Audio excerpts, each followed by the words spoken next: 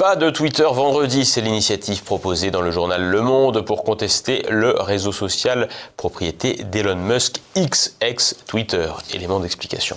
C'est dommage que Twitter soit devenu ce qu'il est devenu. L'idée, c'est d'envoyer un message à tout le monde, aux utilisateurs, et puis à la direction de Twitter, d'une journée sans Twitter, qu'on ferait le 27 octobre. L'idée, c'est de dire, on ne tweete pas ce jour-là, on ne se connecte pas à la plateforme, on se retrouve mais ailleurs, sur d'autres plateformes, pour voir qu'il est possible de se rencontrer et d'échanger ailleurs aussi. Un No Twitter Day, c'est l'initiative lancée par les trois mousquetaires de la désinformation, Tristan Mendès-France, Julien Pain et Rudi Reichstadt.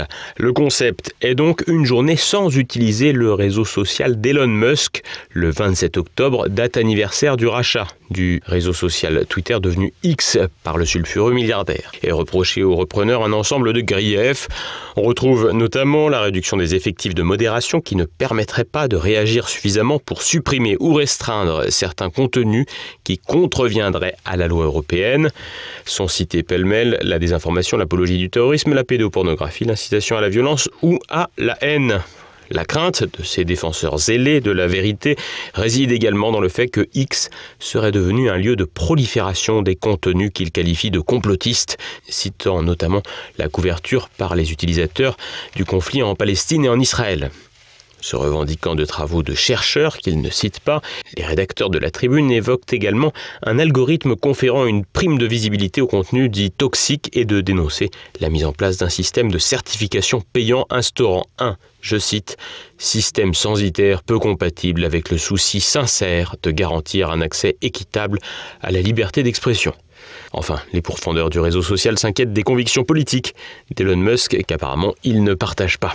Si une partie des critiques peut apparaître pertinente, notamment sur l'immédiateté, l'aspect sensationnel de cette plateforme, ou encore de la mise au même niveau de toutes les sources d'information, difficile de ne pas voir dans cet appel au boycott la défense d'un petit précaré et d'une manière de penser.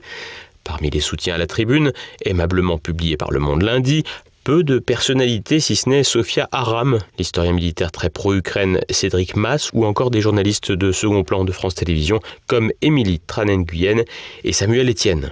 Invités sur les radios et relayés dans la presse française, les instigateurs de la Tribune sont des habitués de la chasse aux fausses informations ou aux informations considérées comme telles. Julien Pain a travaillé pour Reporters sans frontières, il est diplômé de l'IEP-DEX et a fait 1 an d'études au Royaume-Uni, Tristan Mendès-France. Et lui, le petit-fils du président du Conseil Pierre Mendès-France, et il est directeur de la fondation éponyme. Enfin, Rudi Reichstadt, fondateur et directeur de Conspiracy Watch, est un obsédé du complot qui fait des liens entre tous ceux qui ne pensent pas comme lui. Un travail qui lui a permis d'empocher quelques 60 000 € dans le fonds Marianne, sur fond de scandale, avec l'ancien ministre Schiappa. Une équipe de forcenés du complot qui entend porter un coup à X pour tenter de faire infléchir la ligne Elon Musk. Problème, la mayonnaise n'a pour l'heure pas prise et nombre de médias ont besoin de cette plateforme pour assurer leur promotion. Aucun média n'a d'ailleurs annoncé suivre l'initiative. Pire, le hashtag NoTwitterDay, initié par les mousquetaires de la fake news, a été supplanté par le hashtag TheXDay, qui invite les utilisateurs à faire des interactions pour compenser le boycott. Un autre hashtag a vu le jour, un brin vulgaire intitulé « Rudy Kismayas », une prose fleurie dont nous vous épargnerons la traduction.